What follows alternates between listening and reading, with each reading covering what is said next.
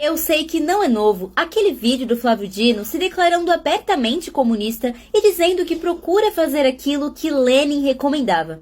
Porém, isso é tão medonho que é preciso falar sobre isso mais uma vez. Lenin foi um ditador comunista e um assassino em massa responsável por espalhar o terror vermelho em toda a Rússia. Atualmente, temos acesso ao chamado Decálogo de Lenin. Em outras palavras, os 10 mandamentos de Lenin. E é importante frisar que não existem evidências que comprovem a veracidade desse decálogo. Contudo, lendo essas ditas regras e comparando com as atitudes de Lenin, podemos facilmente fazer uma associação. E digo mais, não se esqueça que desde os anos 90, Lula já dizia que para implantar o socialismo no Brasil demandaria tempo. Implantar esse socialismo levaria quantos 30, 40, 50 anos para implantar num país de tantas coisas como o Brasil.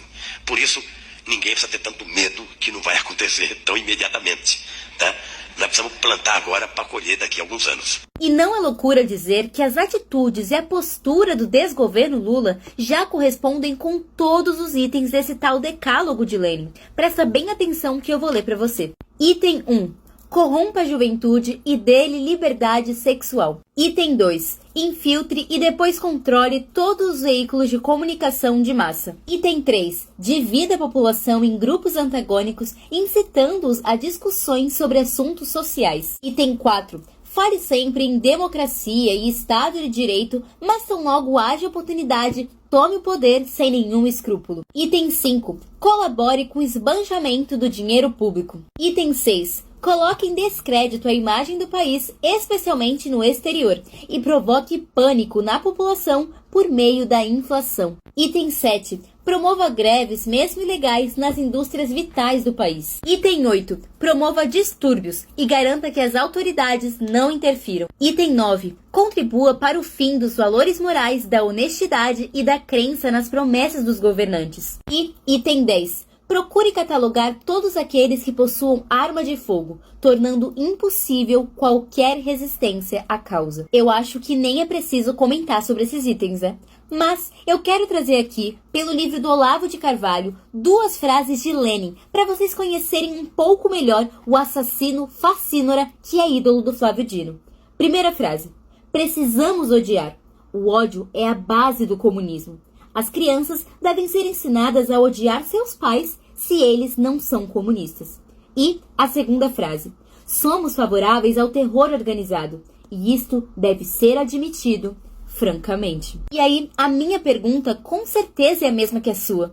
O que será do Brasil tendo como presidente da República um bandido e agora um ministro do STF que não só idolatra um ditador sanguinário, mas que diz que procura seguir tudo aquilo que ele recomendava? O que será do Brasil tendo a esquerda controlando a política, a imprensa, as escolas, absolutamente tudo? Eu sei que pensar nas respostas para essas questões é desanimador. Nós não sabemos se sentimos raiva, tristeza ou tudo isso junto, e que é revoltante ter que ouvir Lula com vanglória encher a boca dizendo que teremos um ministro comunista no STF. Conseguimos colocar na Suprema Corte desse país um ministro comunista.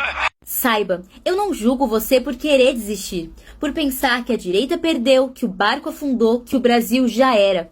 E talvez nenhuma frase que eu diga nesse vídeo seja suficiente para fazer você voltar ao ânimo.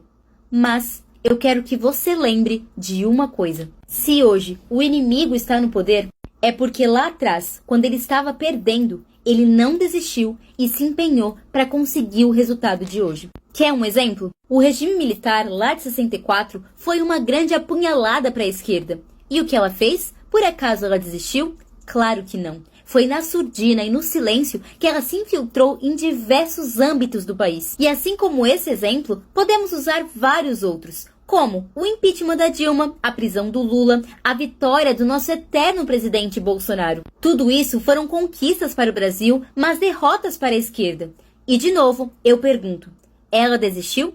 Acho que nem precisamos responder. Não interpretem que eu estou dizendo que nós temos que nos inspirar na esquerda. Claro que não. Até porque existe uma mortal e inigualável diferença entre direita e esquerda, conservadores e progressistas. A começar que nós, direita conservadores, temos caráter, não jogamos sujo que nem a esquerda. Só é uma pena que haja parlamentares como o senador Cleitinho, que se diz conservador, mas a todo tempo compara socialistas e conservadores, direita e esquerda. Uma pena maior ainda é ver senadores que se diziam de direita, mas que na verdade não passam de traíras, falsos e mentirosos, como o Sérgio Moro. Apesar disso tudo, se eu pudesse dar uma brechinha de esperança a cada um de vocês, eu diria para se lembrarem que tivemos 31 senadores votando contra o Flávio Dino. Foram 31 senadores fiéis ao Brasil.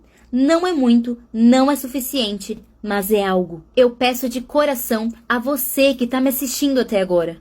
Não desista. Aumente sua fé e recupere sua esperança, nem que seja um pouco. Porque se os bons se calarem e desistirem, aí sim o mal vencerá. Eu sou jovem e estou sofrendo com tudo que vem acontecendo em nosso país. Mas imagino que aqueles que são mais velhos devam estar sofrendo bem mais. Mesmo assim, mesmo com tudo isso acontecendo em nosso Brasil, eu me recuso a pensar que a guerra está acabada. Me recuso a jogar a toalha, desistir e continuar chorando. Cabe a você decidir se pensará do mesmo modo. Se vamos nos render ou nos esforçar no pouco que podemos para voltar a sentir orgulho de nosso país, como o ano que vem, onde teremos eleições municipais. Se esforce para que nenhum partido de esquerda seja eleito. E, acima de tudo, mantenha a fé. Pois já está escrito em Coríntios 2, capítulo 15, versículo 7.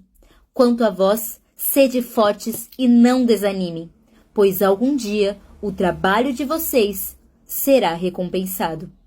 De São Vicente, São Paulo, Aninha Ferreira, a voz do jovem na política.